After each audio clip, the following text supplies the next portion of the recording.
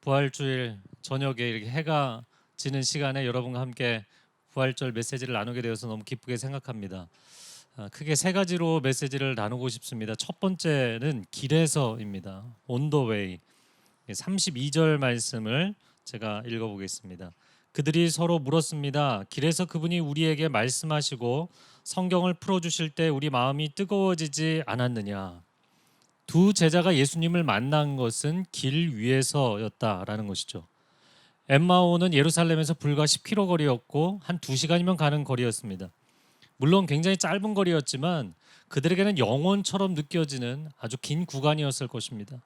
왜냐하면 그들이 평생을 헌신했던 예수님이 돌아가셨고 또한 그들의 헌신은 물거품이 되어 버렸기 때문이죠. 이제 3일이나 지나서 이젠 더 이상 가망이 없다고 생각하고 그들이 떠나는 길이었습니다. 그런데 그 엠마오로 가는 길, 엠마오 도상에서 일이 일어났다는 것입니다. 마치 다메섹 도상에서 청년 사울의 인생을 180도 뒤집어 놓는 사건이 벌어진 것과 같은 것이죠.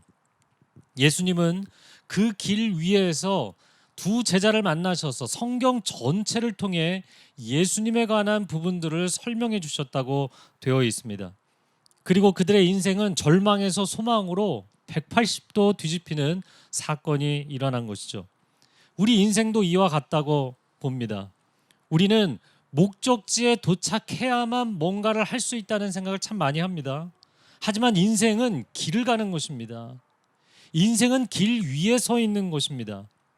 사람들은 요즘과 같은 코로나 사태, 이 사태가 끝나고 우리가 원하는 상황이 되어야만 내가 무엇을 할 수 있다고 생각합니다. 학생들은 입시 공부가 끝나고 내가 대학에 합격하면 그때 내가 원하는 뭔가를 할 수 있다 생각하고, 사업가는 이 어려운 프로젝트를 다 잘 이루어서 성공하고 나면 그때 내가 원하는 무엇인가를 할 수 있다 생각합니다.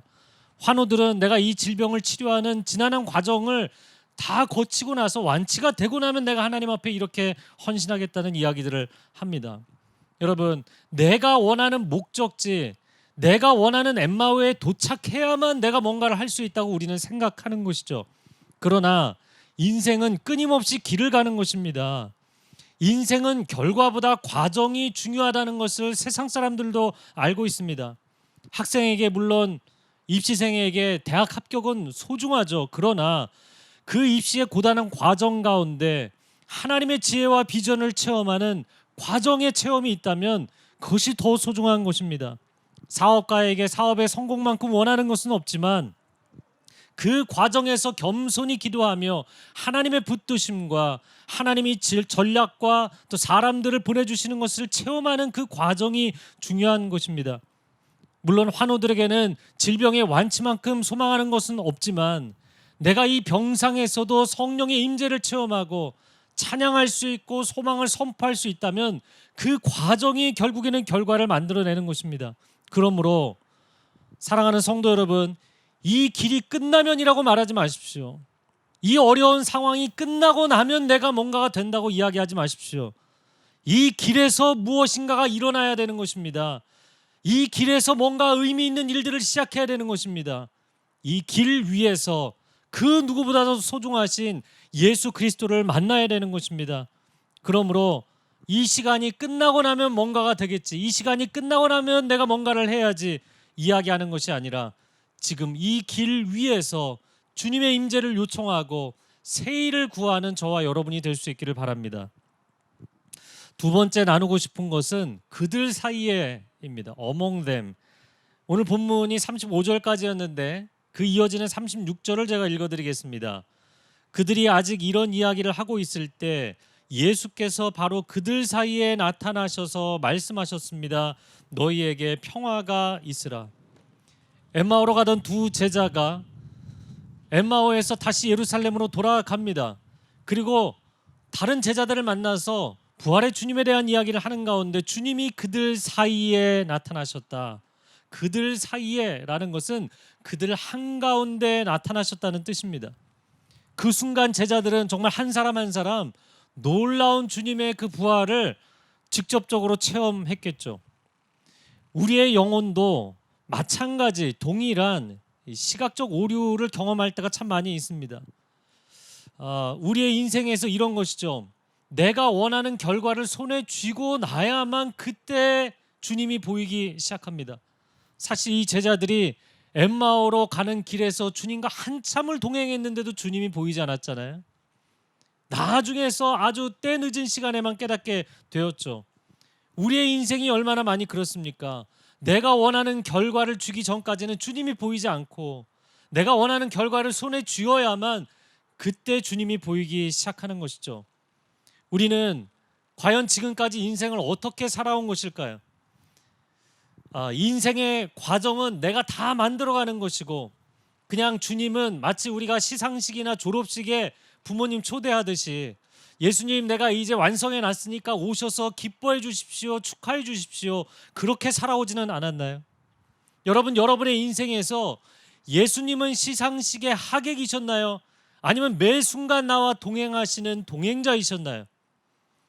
코로나19 현 상황으로 인하여서 우리가 인정하지 않을 수 없는 한 가지 사실이 생겼습니다. 그것은 내가 아무것도 안 하고 아무도 만나지 못하고, 아니 학업도 사업도 교회 사역도 할 수 없는 이 답답한 상황에서 매 순간 그저 주님과 함께 있는 그 자체가 예배이고 그 자체를 기뻐할 수 있어야만 신앙과 인생의 본질을 붙들고 사는 것이라는 것을 우리는 지금 이 상황에서 체험하고 있습니다. 여러분, 신앙은 이벤트가 아니라 삶입니다. 예수님이 기적을 베푸고 사람들을 살려내고 그 자리에서 환호하고 그것도 물론 신앙의 일부분입니다. 그러나 더 근본적인 신앙의 요소는 예수님과 함께하는 것. 내가 아무것도 하고 있지 않을지라도 예수 그리스도와 함께하고 있는 그것이 신앙의 본질인 줄로 믿습니다. 그것 하나만으로 지금 내게 아무것도 이루어진 것이 없을지라도 뚜렷하게 개선된 것이 보이지 않을지라도 평안할 수 있다면 그것이 신앙인 것이죠. 그래서 주님이 너희에게 평화가 있으라, 개역 성경에는 너희에게 평강이 있을지어다. 제가 다시 한번 선포할 때 아멘 하시기 바랍니다. 너희에게 평강이 있을지어다. 아멘. 감사하게도 한국에서는 상황이 좀 누그러졌지만 이 전 세계적인 팬데믹이기 때문에 우리가 아직 안심할 수가 없습니다. 그러나 오늘 부활의 주님이 우리 가운데 여러분 한 사람 한 사람에게 선포하십니다. 너희에게 평강이 있을지어다. 다니엘이 사자굴 속에서도 밤새 주님이 나와 함께 하심으로 평안할 수 있었던 것처럼 사도 바울이 유라굴로 광풍 가운데 목숨을 잃을 위기 가운데 있었음에도 불구하고 주님이 나와 함께 하시기 때문에 상황이 개선되지 않아도 나는 평안할 수 있습니다. 이것을 선포하는 것, 그것이 진정한 신앙인 것입니다. 엠마오로 가는 길은 이 두 제자에게 절망의 길이었어요. 그러나 그 길 위에서 부활의 주님을 만났고 그들은 다시 살아나게 됩니다. 인생은 만남이라고 이야기를 합니다. 위기의 순간, 인생의 절망의 순간에 누구를 만나느냐가 인생을 완전히 바꿔놓을 수 있죠.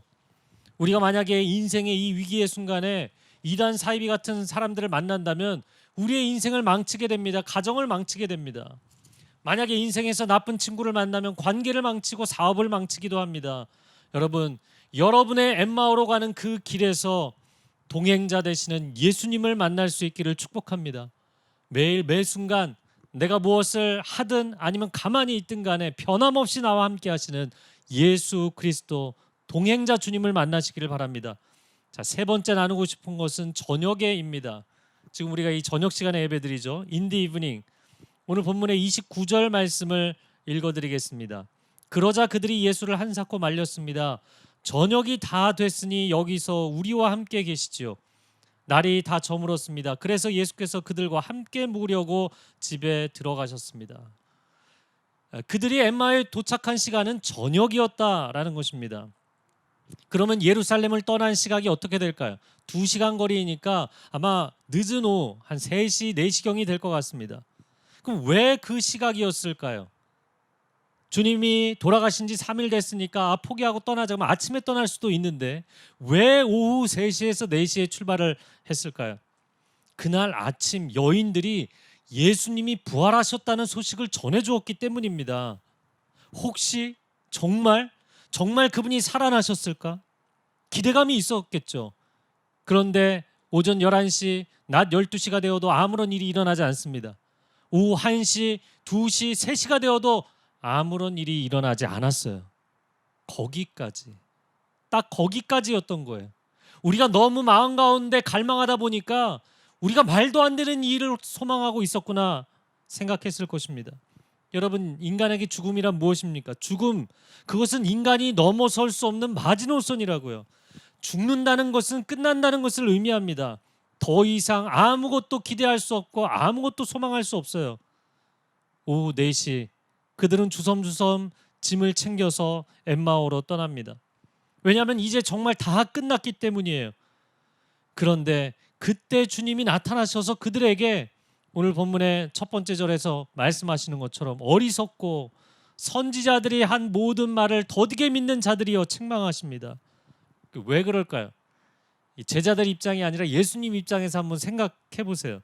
예수님은 그날 새벽에 부활 소식을 전하셨는데 제자들은 저녁이 되어서도 아직도 믿고 있지를 않은 거예요. 얼마나 주님이 답답하시겠습니까? 물론 제자들은 이런 생각을 했겠죠. 부활을 봤다고 믿는 사람들은 뭔가 환영을 보았을 거야. 나에게는 절대로 그런 일들, 아무런 일도 일어나지 않을 거야 라고 생각을 했을 거예요.